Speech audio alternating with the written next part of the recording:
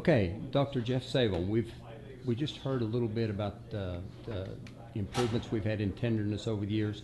Would you review some of those? Take us back to, what was it, 91 when we first had some of those things identified? And Yes, the National Beef Tenderness Surveys, there's been four of those. So starting in the early 90s, almost parallel with the quality audits. They've been conducted separately, but that whole measure and manage philosophy started about the same time.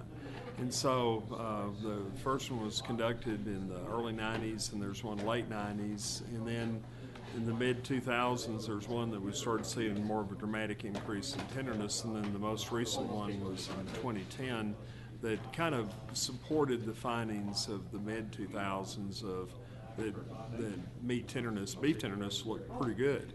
And so one of the things that kind of parallels with some of the findings of the quality audit is the fact that flavor has kind of come to the top as far as one of the things that the retail and food service sector is talking about. And what we're feeling is that probably if you have beef that's inherently tender today, then what's the next threshold it has to cross? And at that point is probably where flavor becomes an even more important component.